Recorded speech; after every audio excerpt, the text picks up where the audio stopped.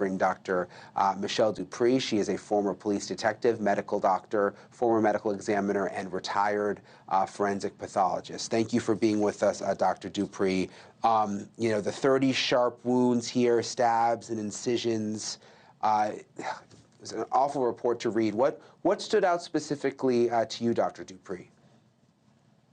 Well, certainly the number of wounds was one thing, but she did have at least 4 wounds that would have been fatal, likely, and those were up around her neck.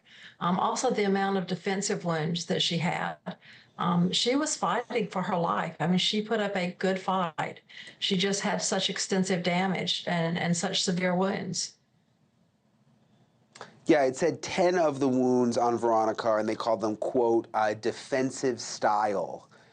What does that mean, and how are they able to figure out if it's a defense a defense wound? Well, we call it defensive wounds if it's on the extremities of the body, usually the hands or feet, because if someone is attacking you, you're going to fight back with your hands and even your feet. And so if there are wounds in those areas, typically they are considered then defensive wounds. Okay, so that's how they know it's from essentially like fighting back? Exactly. Okay.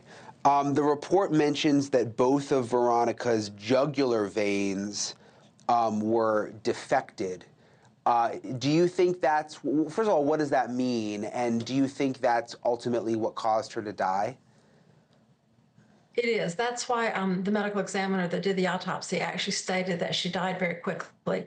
The jugular veins in your neck are going to be carrying a large amount of blood to your brain and to your body. And so when those are injured or incised or cut in some way, you're going to bleed out relatively quickly.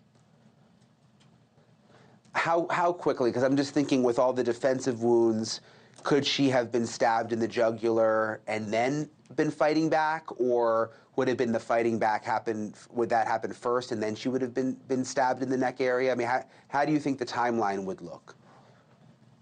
Well, I think given the amount of wounds and what I interpret as a lot of rage in this assault, I think that it probably all happened very quickly.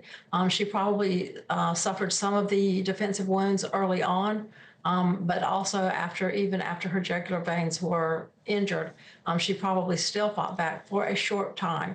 But once those jugular veins were actually injured, her death was fairly quick after that. It's just terrible to think about. How do you think all of this will be used with the prosecution?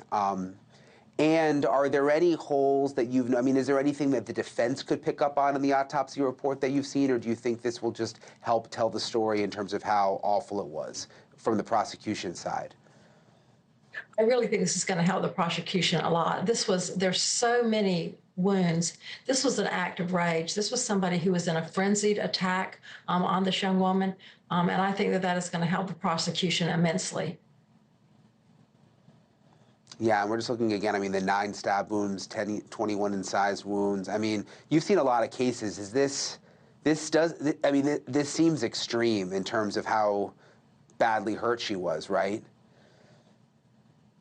Absolutely. And again, this is an indication of a lot of rage in this. And so it's not surprising that she would fight back, significantly. But the injuries were just too significant, especially those to her neck. Yeah, and just the way they were found in the freezer and it was buried, and it was an awful report to read. We'll obviously be there for the court hearing. Thanks for watching. Go to joinnn.com to find NewsNation on your screen. And don't forget to click the red subscribe button below to get more of NewsNation's fact-driven, unbiased coverage.